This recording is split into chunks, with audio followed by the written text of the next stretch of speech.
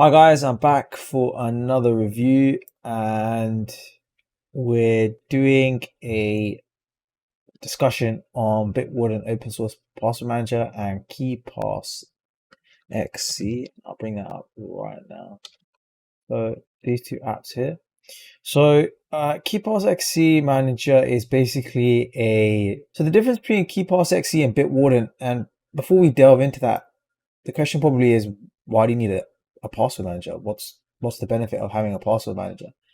And the key element is you shouldn't continue to reuse the same password again and again. So generally the rule of thumb is you should have a different password for every account. So in saying that, the top cybersecurity experts, from my understanding, say use 25 characters using symbols, underscores, and various other characters. Use as many characters as you can in your password, as long as it's allowed. Some websites and accounts don't allow certain symbols and stuff like that, so you have to be careful exactly what it is you can and can't use. Now with Bitwarden is a cloud-based password manager, so your passwords and account information is stored encrypted in the cloud. The benefit of that is it allows you to access those passwords wherever you are in the world. As long as you have access to the internet, you will have access to your passwords. So that's the benefit, the main benefit in my opinion of Bitwarden. There are other benefits that I will go into. So while that's installing, what I'm going to do is I'm going to set up a Bitwarden account. So for today, I'm just going to use a temporary email. So this isn't actually my account, and I'll discuss while I'm doing that. I'll discuss with you the key benefits of Bitwarden versus KeepassXC. I'm on the premium version, which allows 2FA codes, and I'll explain what a 2FA code is in a moment. So a 2FA code basically is a secondary, it's a two-factor authentication. So once you've, for example, let's say you're on Gmail and you have a 25 character password and you input that, generally if you're using the same IP that you did previously, Google shouldn't really say anything. Google won't say anything. Google will just let you in. Let's say you're logging into your Gmail account. If someone does, for whatever reason, does get that 25 character password, they'll be able to enter in. Now, there is a few things that Google and other accounts may do, and that's checking where it's logging in from, and they may send you an email or a text message, depending on how you set up your Gmail, to say, look, someone's logging in from here. Is this legit? Which is kind of a 2FA approach, but this is a little bit more solid. So what you'd have to do is you go into your Google settings and you go to account security, and from there there'll be something called 2FA. You click 2FA and a code will come out. Generally it's either QR code or code, whether it's a QR code or an actual string of code. And I'll show you what it looks like. So a 2FA seed code will look something like this. See where it says SMG, GE, and then obviously the others are blanked out. You would pop that into Bitwarden and that would spit you out a code. You put the code into here and now you've enabled 2FA on that account. So if you look on the right hand side, this is Twilio. It says here 462980 and it has seconds. So if you're logging into your Amazon account and 2FA is enabled, a 6-digit revolving code every 30 seconds will come up. So you have to put in your password, your email, and then on the next screen, your 6-digit 2FA code. With the premium $10 version, I think it's $10 a year, might be a bit more now. Bitwarden, this is a premium feature, it has that built in. They're also called TOTP codes. Now, I'm not totally sure if KeepassXC has that built in. So create account, So I'm going to use this. I don't know if it's going to work because this is a temp mail. I'm going to say here test. We need a master password. I'm going to use the same master password as I did previously. I'm going to retype the master password. I'm going to say password.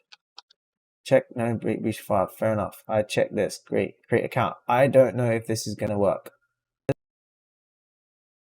So the new account has been created, and as you can see, I am logging in. Credit cards, and then you go from credit cards. We're going to go to card. We're going to go new item, and we're going to just go 1, and then we're just going to go April 2029. And the security code is 34890. Whatever notes you want in here, and then you can just go gold Amex. Cardholder name is Frank Jr. Oops, I'm making this all up, and you click save. Now I haven't saved that into the thing, so what I want to do here is click on here and go to brand, American Express, credit cards, save. Now that will end up in credit cards. That's it really. That's the most easiest way to kind of implement it. What's the next one? You could have emails. As you can see, for emails, you would use login. So the actual UI UX, or the actual way, you wouldn't put a card details in here. That would be card. For identity, you would use passports and driving license, and you can, that will be here. Secure note, you can actually just secure a note. It's just a note. I think the difference between KeepassXC and Bitwarden is a little bit more easier to use. There's a little bit more, there's a bit more selection in what you can choose. And for example, if you go and delete this, which I will do, it doesn't actually get deleted.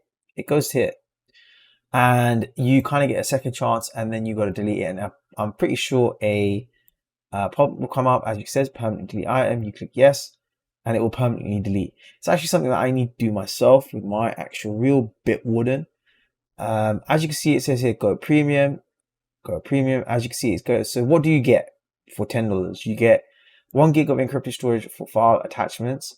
You can use YubiKey, FIDO, and I'll explain maybe in another one what a YubiKey is. Emergency access, password hygiene, account health, data breach reports to keep the vault safe, TOTP, 2FA generator. That's exactly what I'm saying. Priority customer service, and that's for $10 a year. In my opinion, that's the best cloud-based open source service you're going to get. So this is an when I say open source, the code is available for anyone to see. And secondly, you can self-host this, and that's actually something I'm looking into, and I will discuss that in a later video. But for now, I think we are done. So again, my name is Jay. I am going to be doing more tech videos, how I use technology to enhance your life, or to enhance your individual life, or your business life, or maybe your children's lives.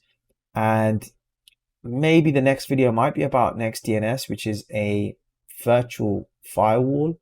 So if you have children, or if you have an addiction and you want to prevent yourself from going on certain websites or going on certain things, that is probably the next thing, or the next video I'll probably be doing, which is going to be on NextDNS, and I think it's a great service. You can check that out at nextdns.io. I'll give all the links to Bitwarden and KeePass. They're the two password managers I would use.